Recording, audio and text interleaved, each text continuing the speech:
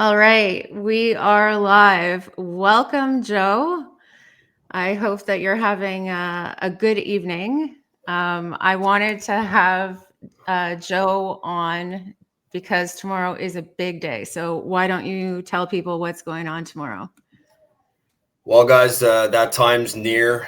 Tomorrow, September the 13th, the Canada First Patriot Rally will be happening at Christie Pitts Park in Toronto at 1 p.m. We have pretty much set the stage for a really beautiful day. There are measures in place to ensure that the public and the people attending this rally are going to be safe. The routes are already planned, and we will have people around us escorting us. Everything is all set up. The speakers are all ready to go. We have a great lineup of speakers tomorrow, which, I think it's an awesome lineup, and I think it's going to get a message across this country in a really big way, and I'm really looking forward to it. So for people who don't already know, why don't you tell them a little bit about the event tomorrow, what it is about, and what your passions are about? Yeah, absolutely. And Natasha, I want to thank you again for having me on. It's an Oh, honor. it's my pleasure. And so I started the Canada First movement last summer in June. I held 3 events so far under the Canada First banner, all focused on, the incompetent government, the Liberals. Before it was Justin Trudeau, now it's Mark Carney taking on and carrying that torch of disaster. And the focus for us was with this group is to start putting Canadians on the forefront, our issues at the forefront. For too long, we focus on baggage from other countries across the world, as you can see in our streets. And full well, Natasha, that we have protesters in our streets that have been ripping through not only Montreal but Toronto, but Vancouver and Ottawa. And this has been going on for about a year now, and it's kind of funny. It's been going on for almost 2 years. Almost 2 years in Montreal. Yeah. And it's funny, like I don't see even them getting the amount of pushback that a Canadian like myself in my group is over the last week. It's absolutely mind-boggling. And we're going to really send our message on Saturday. Yeah, I was looking a little bit to see what the Marxists in legacy media and in the various ideologically captured spaces had to say. And it's, this is an idea. I'll put it up. It's just the kind of typical, calling you a bad person, hateful. It talks about, how one article said that nobody really knows who you are. You're not an important person. Yeah, I saw that. I thought that was funny. Yeah. So it has begun, like the anti-hate, the subsidized Marxists with their counter narrative.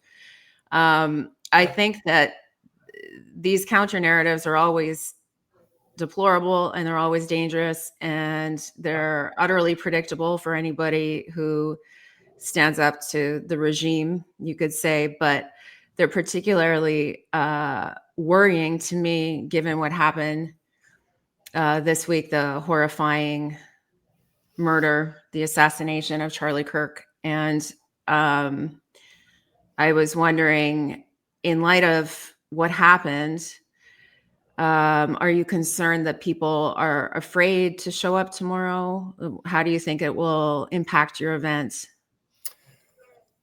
Well, and what happened to Charlie is absolutely, it's horrific. And as I was telling you earlier, it's hard to get that video out of my head. And yeah, I would imagine that tensions are a little bit higher than they were prior to that event. I know people are kind of putting their lives into perspective and kind of seeing the realities of what can happen when you put yourself on the line for your country, when you speak the truth. The one thing Charlie really stood on, though, is he stood behind what he said. He stood behind what he believed. And he stood behind, his major thing was courage. You got to have courage.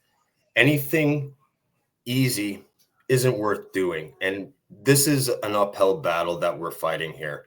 This is, for a lot of us, this has been a long time, 5 years plus, fighting against this liberal government, whether it be Justin Trudeau, whether it be Mark Carney. Either way, one started the terror, and now Mark Carney's here to put the nail in the coffin. And that's why the Canada First movement is rising up tomorrow. Yeah. I know firsthand as someone who covers what's happening in our streets.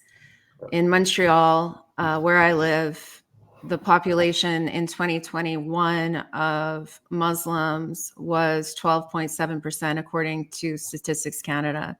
It now would be far higher. And we have groups of people, obviously not all Muslims, Nope. bringing their grievances to our streets, rioting, assaulting reporters, threatening people, uttering threats, declaring jihad on anybody who disagrees with them, Right. including other Muslims who aren't happy with what's going on. And for people who don't know, who are not Canadian, Canada now, our population is approximately about a third would be immigrants at this point. And it isn't culturally or economically sustainable. And it is like the problems are most obvious for people who are in working income areas. People in their ivory towers who have private security don't have to deal with the issues on our streets. But how have you found that your life has been changing and impacted because of the mass invasion? Well, I mean, I live in an area in Toronto that is completely saturated with immigrants from India, from Bangladesh, from Sri Lanka. And, this is kind of eroding our identity and culture here in Canada. It's put a strain. I say this. I say immigration is a direct correlation to the majority of the issues in our country currently, whether that be the crime wave that is ripped across this country, whether that's the strain on housing and availability for people, especially young Canadians looking for a new home. It's next to impossible with the prices at this point in time. Obviously, the supply and demand thing comes into play there.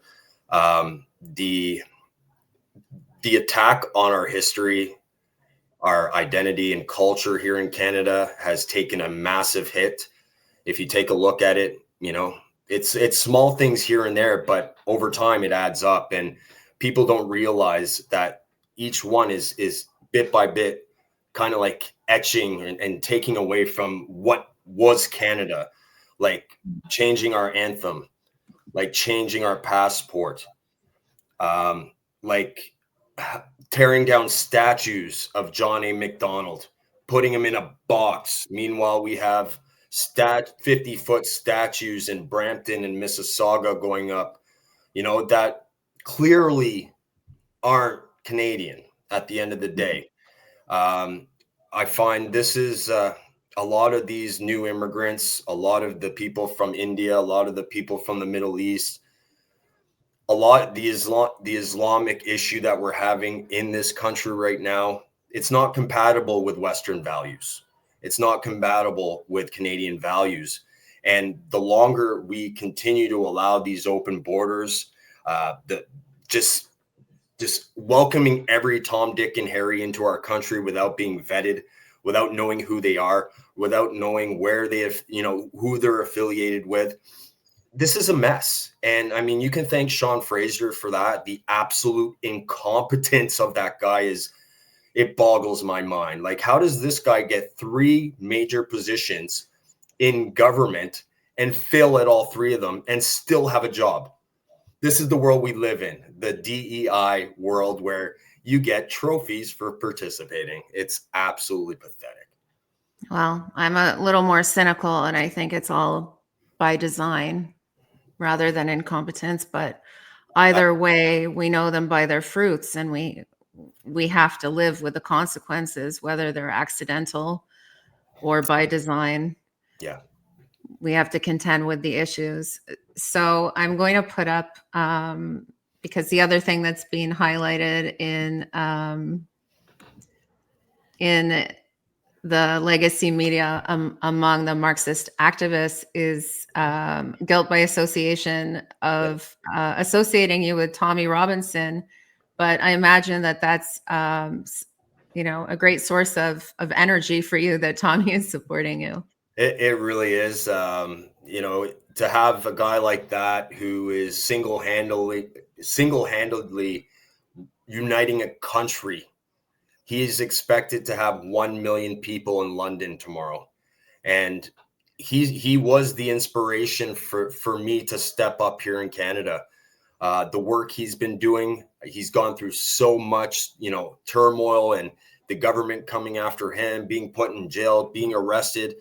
I feel like my path is similar to that. I mean, maybe not as abrasive, but I've been arrested. I've had people come after me. I've had the death threats. I've had this all happen to me as well. But I figured at this point, no one's doing anything in this country. We're allowing Palestinians to rip through our country, burning our flags, chanting death to Canada. But that's not a hate rally. But when Canada First wants to come on board and raise their Canadian flag, ooh, you're racist. Ooh, you're a bad boy. And look, like, what kind of ass backwards world do we live in?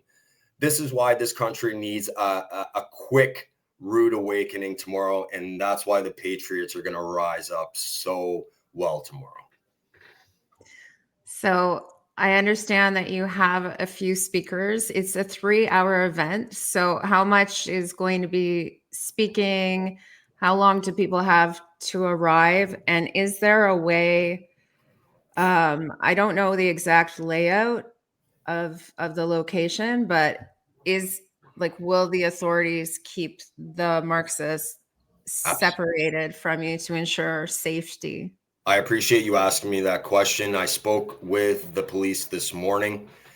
We have come up with a route that basically where we are going to be located in the park is going to be separated from the people that are planning to protest. From what I have heard from them, the people that were planning to have this baseball tournament are no longer having this baseball tournament and bringing their bats. So that, I believe, has been dealt with. The other counter protest, I believe, will be on the furthest side away from us. So the police will have a direct line between us and the counter. And the first hour is going to be speeches. We have a great lineup of speakers that I don't know if you want me to tell you who they are, but I can. Sure. If it's not a secret, yeah, why not? We have Lisa Robinson, Pickering City Councilor, Goldie Gamari. She will be using her voice, which is very big. We have Greg Wycliffe. He is a member and on the board of the Dominion Society that has just been doing some really great work in terms of pointing out the issues on the immigration side of things and really making it very clear for people to understand the impacts that it has on our country. I have a friend of mine and a patriot, Bruce. He's a comedian. He will also be speaking. And a big one that I was really proud of. And I'm honored that he will be speaking. He was pivotal in the convoy, and his name is Tom Marazzo. He will be speaking as well. So I have this other kid too as well. He's been speaking. He's very articulate. He goes by the name of Ajax. He speaks on immigration. He's an immigrant himself, and he sees the issue with it. And that's the funny thing with this. A lot of immigrants who just moved to this country, they come to me and they go, Joe, this doesn't represent me. I came here to adapt. I came here and assimilated. I came here and appreciated the opportunity to live in Canada because I knew it's not a right. It's a privilege to be here on this soil. And when immigrants are saying that to me, you know the movement is moving. You know people are starting to resonate with this topic. And that's all I want. I want to make it okay for this topic to not be controversial. It should never be controversial. I want to give people the courage to know that, hey, look, if Joe can do it, you can do it. You can speak on it. And it's all about empowering at this stage. At this stage, it's about uniting this country, bringing this big topic to the forefront and putting Canadians first. Yes, I have a lot of friends. I'd say the majority of my friends probably are visible minorities. Some are immigrants. Many were born in Canada and raised here. And the consensus among the people that I know is that things are completely out of control and that we're bringing in the criminal underclass from failed cultures. Yeah. And that this needs to stop. So this notion that wanting to have borders and a nation state and a culture and an advanced civilization, that is somehow white supremacy is farcical. There are countries all over the world which have borders and which are very careful about who they permit to come into their country, even as a visitor. I've visited a country before where I needed permission from the king to go there in Bhutan. Like you need written permission from the king. You can't just show up on a vacation even. So this idea that Canadians are somehow compelled to accept our people being replaced by other people and that is somehow righteous, it just needs to stop being the kind of normative pushed narrative, I think. Yeah. I mean, this is it's a direct attack on white Christians, in my opinion. We're seeing this rampant across, the Western world. You see churches being burnt.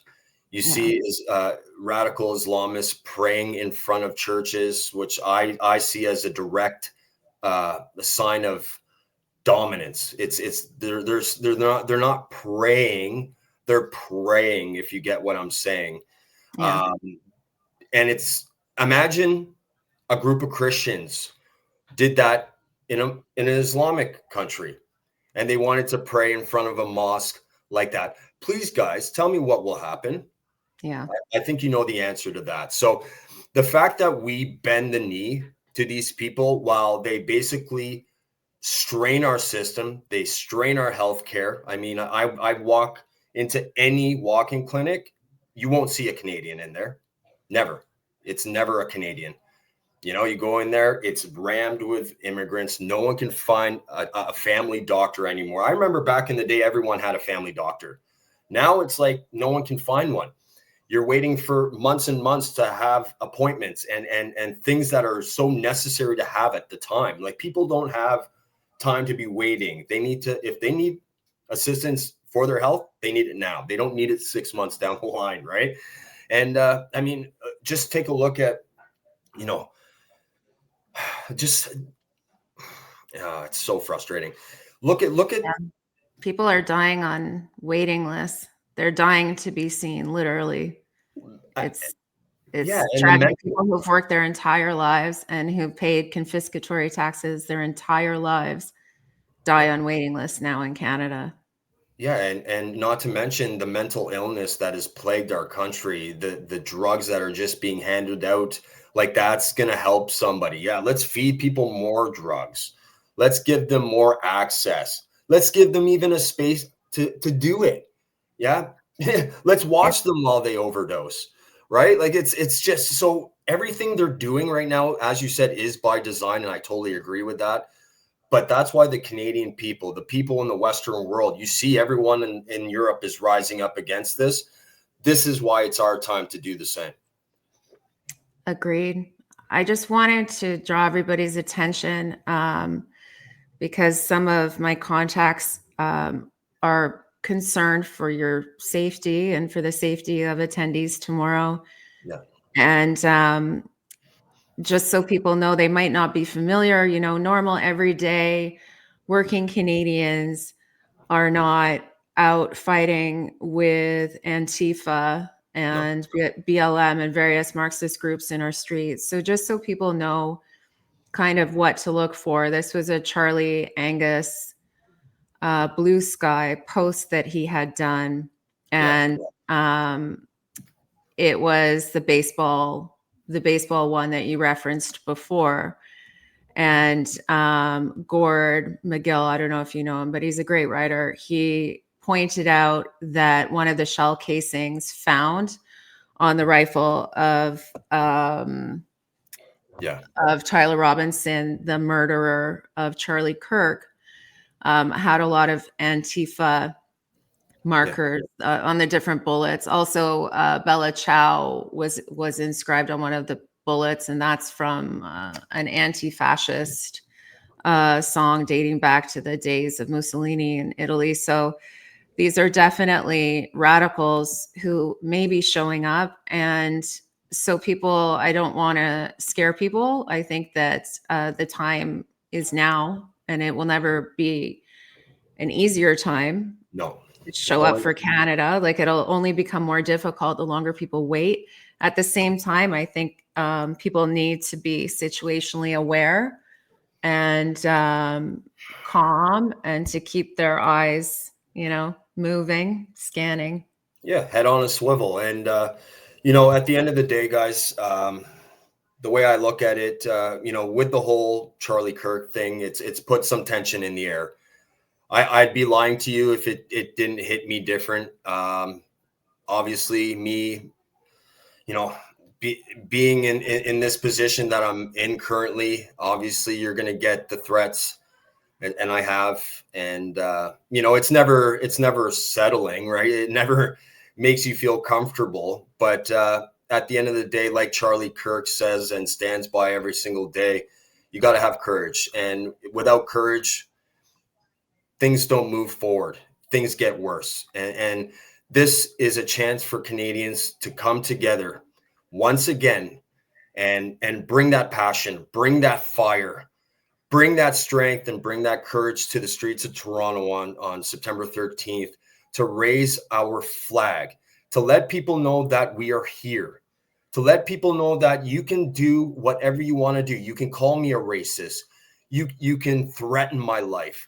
I'm never going to back down. I will stand in front of your face each and every day until the day I die for this country. And I hope people feel my passion. I hope people feel my energy for this country, my love for this country. I want people to share this with me. This day tomorrow can and will be historic if we all pull the same way. If we all unite, if we all stand shoulder to shoulder tomorrow and never back down. Charlie Angus is a goof. He is a shit disturber. He's done absolutely nothing with his political career that has benefited Canadians. Diane Sachs, Green Party, irrelevant. Get out of the way. At the end of the day, we are pushing forward. The Canada First movement will be in Toronto, and our presence will be felt. I also put up a Canada First rally for Halifax. So I guess somebody else is organizing in Halifax as well. Are there other events across Canada? Yeah, so I put out a call, to see what would happen with it, right? Like, obviously, if you don't ask, you don't get. So I said, hey, look, guys, I'm having my event in Toronto. It would be beautiful to have it in every major city across this country, to at least so that everyone can participate. I've been getting messages, oh, I'm out of province. I wish I could go. Okay, so look at me, guys.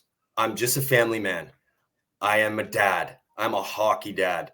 I am not paid by anybody. I don't ask for donations. I don't ask for money from you guys. I'm not selling merch to, this is real. This is genuine. And if a guy like me, just a regular Joe, can do this and rally the troops, anyone can. So I implore and encourage people to stand up. And Halifax, they reached out to me. They said, look, we want to be a part of this. We want to be the first province to stand with you on this day. And yeah, they're ready to go. They're going to pack Citadel Hill. And it's going to be beautiful to see. Like, this is how a movement starts, right? It starts small, province, province, province. But my goal is to have it across this entire country. It's the Canada First movement, where we put Canadians first, our issues first before anyone else's.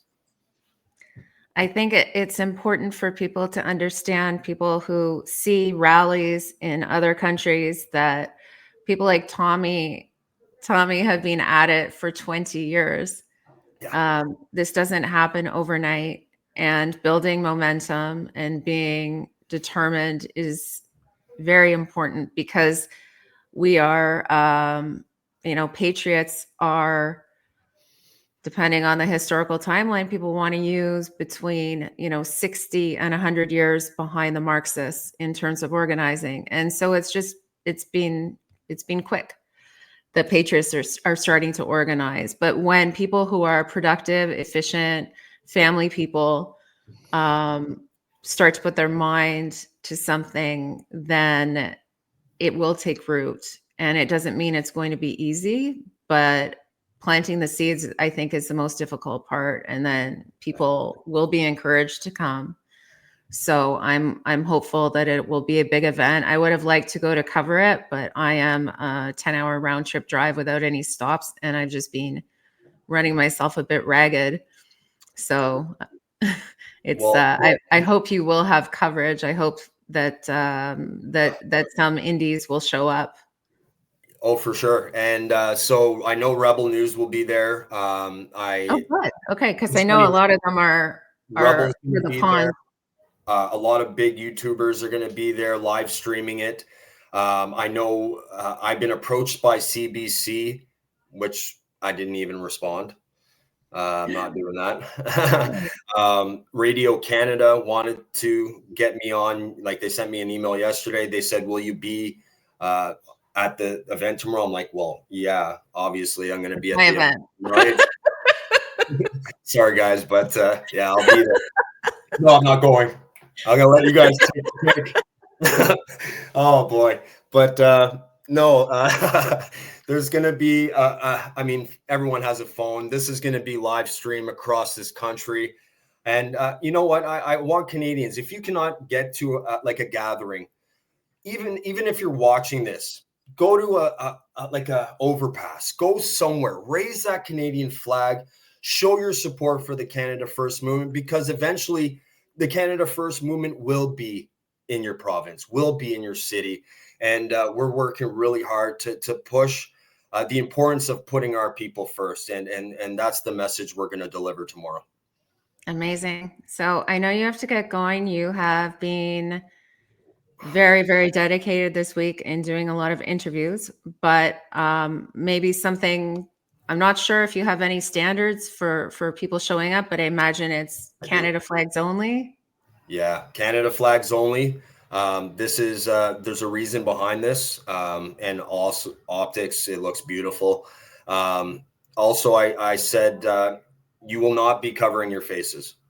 If you're going to be coming, if you're a part of the Canada First movement and you're wearing a mask or a balaclava or scarf, no, sorry guys, you're not with us. It's this is a measure that is put in place to spot infiltrators, to spot people like at the convoy with Nazi flags. And you live and you learn, right? You learn from the mistakes that we had before, and you apply a good response when you do it the next time, right? So yeah, so Canada flags only. Do not show up with a mask or cover your face. Patriots don't cover their faces. We will be standing united. We'll be watching out for one another. The police presence will be there. We will, once the speeches are done, we will be set on a march, which will be ending at Dundas Square. Dundas Square. Let me say that one more time. Dundas Square, not Sankofa Square. Excuse me? Yeah, This, you did. What we do you mean? sneeze? That's so. Yeah, that's another thing now. They changed Dundas Square, notorious, famous Dundas Square. It's now called Sankofa Square. What? Who's Sankofa? Sankofa Canadian? Call it Terry Fox Square.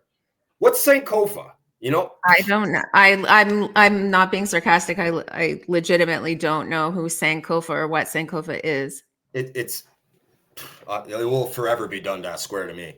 Um, so yeah, so we're going to be doing that. The route's going to be clean. Our route will be escorted onto the street so that the protesters won't be able to kind of like come in our space, essentially.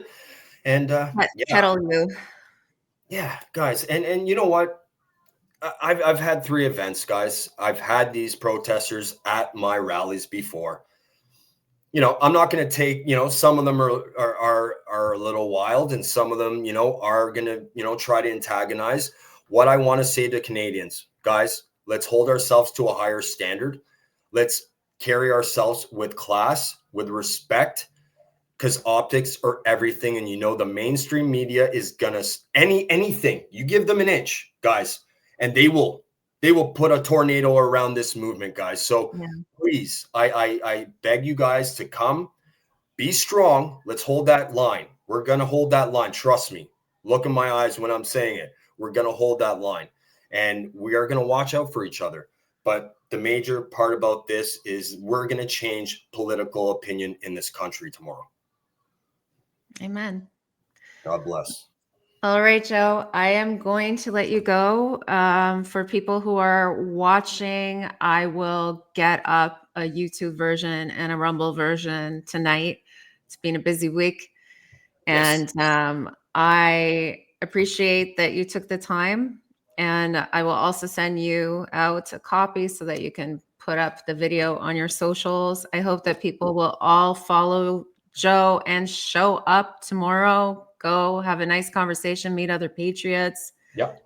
Stand for something. Stand for something for your kids, right? We have to leave them something. This is our duty, guys. You know, families. You know, you got children, right? You want a better future for them than we had. That's my goal as a parent, to provide my kids with a better future than what I had. So this is that hill I'm going to die on. Whether, you know, blood, sweat, or tears, we do what we need to do. It's Canada first. And God willing, there will be no dying on any hill. And I hope that you'll be well protected and that it will go very smoothly. There won't be infiltrators, and that it will be a beautiful sunshiny day. I believe it will. I'm thinking positive, and I'm really excited to see everybody tomorrow. It's going to be great. Okay, well, check in, let me know how it goes, and I will be keeping an eye on what's going on tomorrow. I hope that you have a great day and a great event. Absolutely, Natasha. Thank you very much. It's been a pleasure, and be well. Yes, you too. God bless. Bye, Joe. Ciao.